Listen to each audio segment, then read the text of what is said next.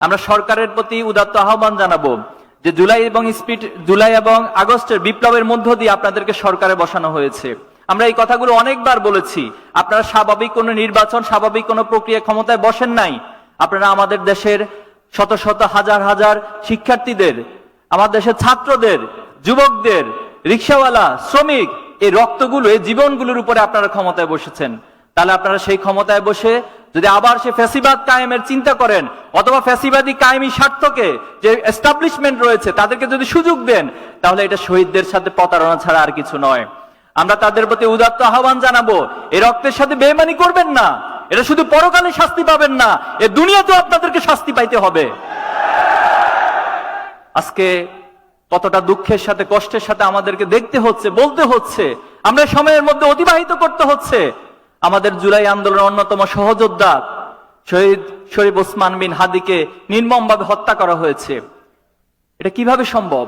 এবং হত্যা করার পর আমরা জেনেছি ওনাকে গুলি করা হয়েছে 2টায়, অথচ বাংলাদেশের যে সীমান্তগুলো রয়েছে সেখানে নিউজ গিয়েছে সন্ধ্যা 7টার পর যে আপনারা পাড়ি বসান, চেকপোস্ট বসান। এ কেমন আচরণ করেছেন আপনি? তারা কিভাবে করে বাংলাদেশের বর্ডার পার হয়?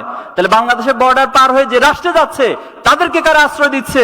আজকে এই প্রশ্নগুলোর উত্তর অবশ্যই এই জাতিকে, এই প্রজন্মকে খুঁজে বের করতে হবে। আমরা কোন ডিপ স্টেট এবং কোন কায়েমিবাদী স্বার্থের মধ্য দিয়ে বাংলাদেশে কেউ ক্ষমতায় যাবে, এটাই প্রজন্ম সহ্য করবে না। বাংলাদেশে যারাই ক্ষমতা যাবেন, এই প্রজন্মের পালসকে বুঝে, ছাত্র সমাজের পালসকে বুঝে, ছাত্র সমাজের সমর্থন নিয়ে তারপরে আপনাদেরকে ক্ষমতায় যেতে হবে।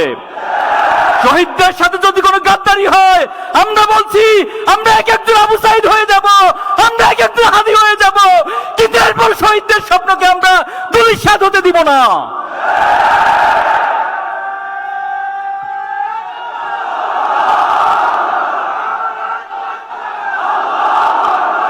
আমরা স্পষ্ট ভাষায় বলবো, অতি সত্বর শহীদ হাদি ভাইয়ের খুনিদেরকে গ্রেপ্তার করতে হবে।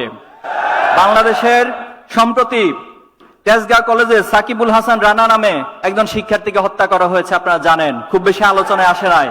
তাদের হাতে হত্যা করা হয়েছে সেটাই জাতি জানে, কিন্তু দুর্ভাগ্য হচ্ছে মিডিয়াগুলো, প্রশাসন এই সাকিবুল হাসান রানার হত্যাকাণ্ডকে গোপন করেছে। এই রাষ্ট্রের জন্য আমরা জীবন দেই নাই, এই রাষ্ট্রের জন্য আমার শহীদ ভাইরা জীবন দেয় নাই। সাবধান হয়ে যান, আপনাদের উদ্দেশ্যে বলবো, সাবধান হয়ে যান, ভালো হয়ে যান। এই রাষ্ট্রের যে আকাঙ্ক্ষা, সে আকাঙ্ক্ষিত রাষ্ট্রকে বাস্তবায়ন করুন, তাহলে আমরা আপনাদেরকে সহযোগিতা করব।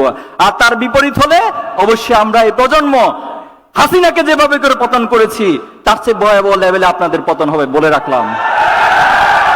সংগ্রামী উপস্থিতি, আমাদেরকে শাহাদাতে নিয়ে, আমাদেরকে মৃত্যু নিয়ে, আমাদেরকে গুলি করা নিয়ে কেউ ভয় দেখাবেন না। আমরা পৃথিবীতে পা রেখেছি শাহাদাতের তামান্না নিয়ে। এই পৃথিবীতে ইনসাফ কায়েম হয়েছে শাহাদাতের উপর দিয়ে, রক্তের উপর দিয়ে।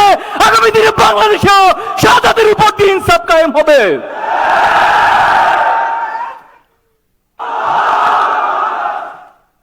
এই জমিনের প্রতি ইঞ্চি মাটি আমাদের শহীদের রক্তে কেনা।